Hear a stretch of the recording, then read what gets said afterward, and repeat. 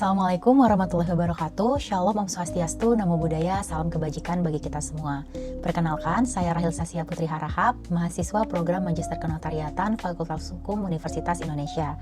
Pada video ini, saya akan memaparkan secara singkat hasil penelitian tesis saya yang berjudul Pembatalan Perjanjian Perkawinan yang dibuat oleh notaris dan implikasinya terhadap notaris.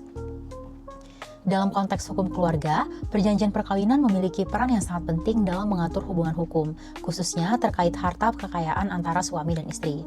Perjanjian perkawinan sendiri atau huwelijk voorwaarden merupakan perjanjian mengenai ketentuan yang mengatur berbagai akibat perkawinan, terutama mengenai harta perkawinan yang dibuat oleh suami istri, baik sebelum maupun selama perkawinan berlangsung.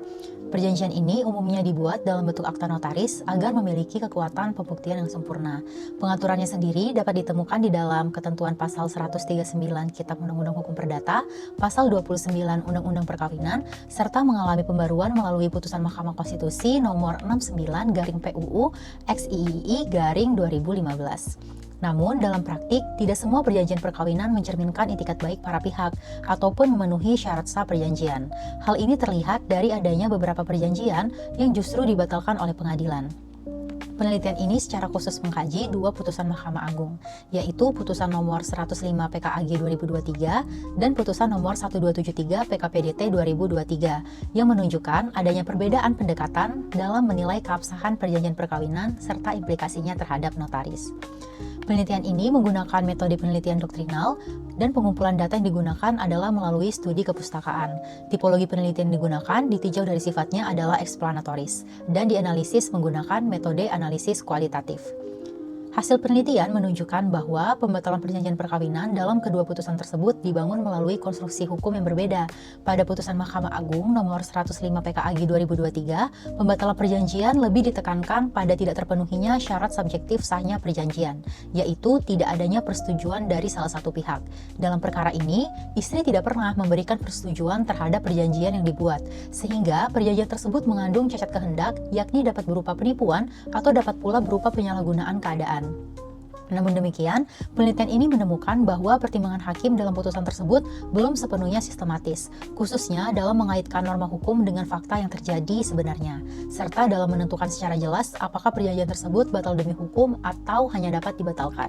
Sedangkan pada putusan Mahkamah Agung nomor 1273 PKPDT 2023, pendekatan yang digunakan adalah melalui konstruksi perbuatan melawan hukum, sebagaimana diatur di dalam pasal 1365 KUH Perdata.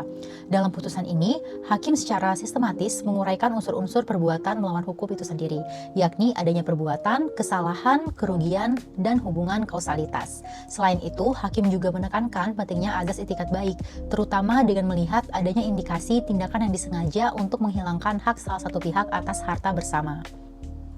Meskipun secara umum pertimbangan majelis hakim telah tepat, masih terdapat beberapa aspek yang dapat diperdalam, yakni terkait penerapan azas itikat baik pada tahap prakontraktual, yang berkaitan dengan cacat kehendak berupa penyalahgunaan keadaan. Dalam perkara ini, itikat baik justru paling nyata terlihat pada saat proses pembuatan perjanjian di hadapan notaris dengan adanya keunggulan psikologis dan penguasaan informasi oleh tergugat serta notaris terhadap penggugat.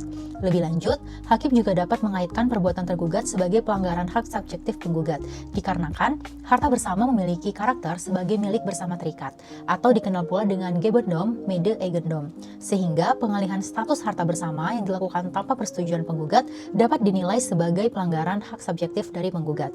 Secara komparatif, kedua putusan tersebut menunjukkan bahwa meskipun hasil akhirnya sama, yaitu pembatalan perjanjian, namun dasar pertimbangan hukumnya dapat berbeda. Peradilan agama lebih menitikberatkan pada tidak terpenuhinya syarat sah perjanjian, sedangkan peradilan umum lebih menekankan pada unsur perbuatan melawan hukum. Kemudian, terkait dengan implikasi terhadap notaris, penelitian ini menunjukkan bahwa tanggung jawab notaris dapat timbul apabila dalam pembuatan akta yang tidak memenuhi ketentuan Undang-Undang Jabatan Notaris itu sendiri, di mana pasal 16 ayat 1 huruf A Undang-Undang Jabatan Notaris menyatakan bahwa dalam menjalankan jabatannya, notaris wajib bertindak amanah, jujur, saksama, mandiri, dan juga tidak berpihak, dan menjaga kepentingan pihak yang terikat di dalam perbuatan hukum. Dan atas pelanggaran pasal tersebut, pasal 85 Undang-Undang Jabatan Notaris menyatakan bahwa notaris dapat dikenakan sanksi berupa teguran lisan, teguran tertulis, pemberhentian sementara, pemberhentian dengan hormat, dan pemberhentian dengan tidak hormat apabila terbukti melakukan pelanggaran jabatan. Dalam putusan Mahkamah Agung Nomor 105 PKAG 2023, meskipun akta dinyatakan tidak memiliki kekuatan hukum, notaris tidak sebagai turut tergugat. Sementara itu, dalam putusan Mahkamah Agung nomor 1273 PKPDT 2023, notaris turut menjadi pihak dalam perkara yakni sebagai turut tergugat, dan diperintahkan juga untuk membuat akta pembatalan. Hal ini menunjukkan bahwa notaris dapat menghadapi implikasi hukum baik secara administratif maupun perdata, terutama apabila terbukti lalai dalam menjalankan kewajibannya. Sebagai kesimpulan, pembatalan perjanjian perkawinan dapat disebabkan oleh tidak terpenuhinya syarat sah perjanjian berupa kesepakatan para pihak ataupun karena salah satu pihak terbukti melakukan perbuatan melawan hukum, meskipun akta tersebut dibuat di hadapan notaris yang seharusnya memiliki kekuatan pembuktian sempurna. Oleh karena itu, notaris dalam pembuatan akta perjanjian perkawinan harus melaksanakan kewenangan dan kewajibannya secara cermat dan penuh kehati-hatian dengan mematuhi seluruh ketentuan yang diatur di dalam Undang-Undang Jabatan Notaris. Demikian pemaparan singkat dari penelitian saya. Terima kasih atas perhatian yang diberikan. Wassalamualaikum warahmatullahi wabarakatuh.